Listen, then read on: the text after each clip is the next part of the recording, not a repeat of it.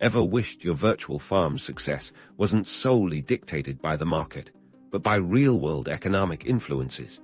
Today, we're diving into the government subsidy MUD for Farming Simulator 25, a game-changer for strategic farm management.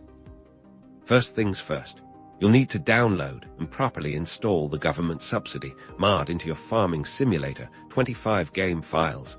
This is usually done through the in-game MUD hub, or by manually placing the MUD folder into your designated MUDs directory.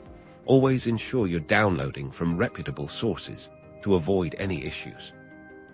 Once installed, launch Farming Simulator 25 and navigate to the MUDs menu. You should see the government subsidy MUD listed there activated by clicking the checkbox next to its name.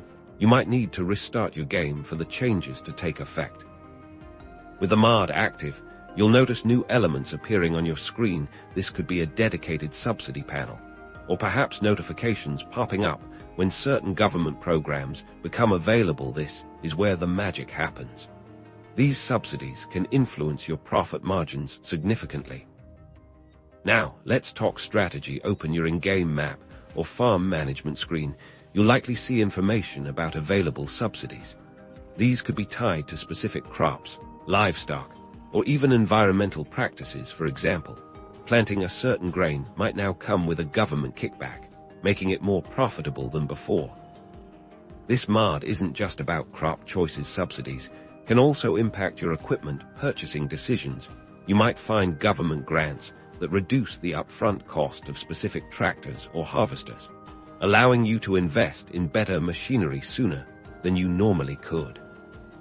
Strategically leveraging these subsidies is key to accelerating your farm's expansion.